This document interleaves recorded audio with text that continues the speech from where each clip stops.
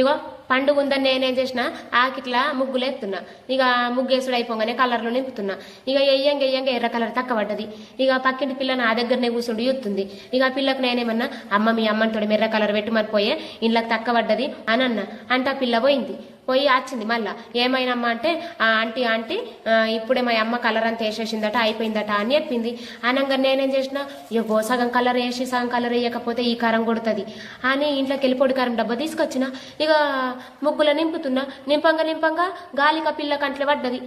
ఇక పోరు చల్ల ఉండని ఏడ్చుకుంటా వాళ్ళ అమ్మ దగ్గరకు పోయి అమ్మ నువ్వు ఎర్ర కలర్ పెట్టినందుకు ఆ ఆంటీ నాకు కంట్లో కారం పెట్టిందని చెప్పింది.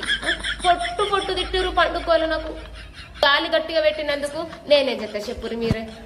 గాలికి పోయి ఆ పిల్ల కంట్లో పడే నేను పెట్టిందా కావాలనేమన్నా? ఇంటికి రాలే మరి మా ఆకిట్లకు నేను రమ్మన్నానేమన్నా? మా ఆకిట్లకు నేనేమన్నా పెట్టినా కావాలని? గాలి గట్టిగా వచ్చినందుకు నేనేం చెప్తా?